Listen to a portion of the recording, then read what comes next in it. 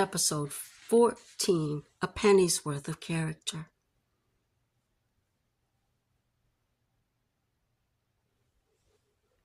Earlier in the morning, when Sean had gone to the store with his 10 sacks, the world had belonged to him. But now it was different. He walked under a hot sun down the dusty road, and this world didn't belong to him.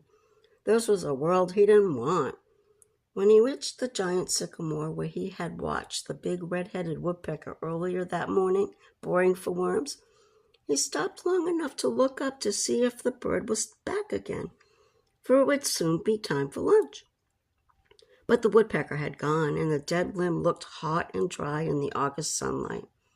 He wondered where the woodpecker had gone, and if he was in a cool nest in some hollow tree with his family of young birds away from the hot sun. Beyond the sycamore, he walked over sand that was hot to his feet. The buttercups over which the honeybees and bumblebees were humming 2 hours ago were dry and wilting in the heat. When Sean reached the big white oak, he wondered if bees and birds sweated as he did.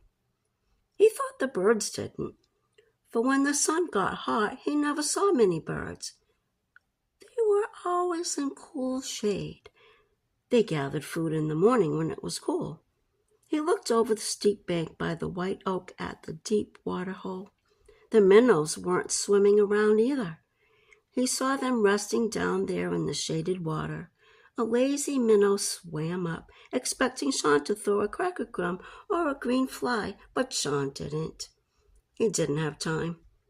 And the minnow wasn't as pretty as it had been that morning when Sean felt the world belonged to him. He let the minnows find their own food. He had to work to get his.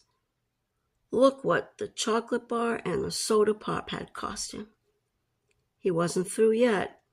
Look what a time he was having. Besides, his bare feet were hot from walking over the sun-baked sand. When he waded into the stream, he touched a rock with his foot, and a crawdad came out swimming backward. Sean didn't stop to watch it swim. He waded under the willow shades where the water was cooler to his feet. But he was careful not to splash water on the good sack he was carrying. He knew he had to give that to Mr. Conley, and he had to tell him about the sack with the hole in it. He dreaded to do that, too. He hoped there wouldn't be any customers to hear him.